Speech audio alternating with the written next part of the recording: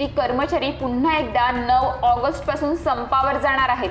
राज्य शासकीय कर्मचाऱ्यांप्रमाणे एसटीच्या कर्मचाऱ्यांना वेतन देण्यात यावे या प्रमुख मागण्यांसह इतर प्रलंबित मागण्या पूर्ण करण्याच्या मागणीसाठी एसटी कर्मचारी यांनी पुन्हा एकदा आंदोलनाचा इशारा दिला आहे. या आंदोलनात राज्यभरातील 13 एसटी कर्मचाऱ्यांच्या संघटना सहभागी होणार आहेत.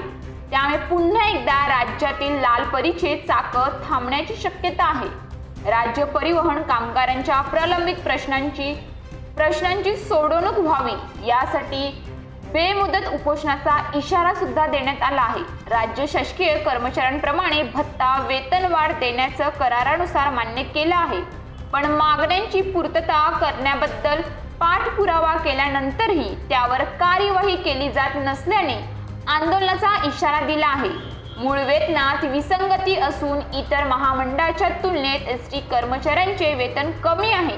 त्यामुळे सर्व कामगारांना सरसगट मूळ वेतनात 5,000 रुपयांची वाढ लागू करावी अशी मागणीही करण्यात आली आहे.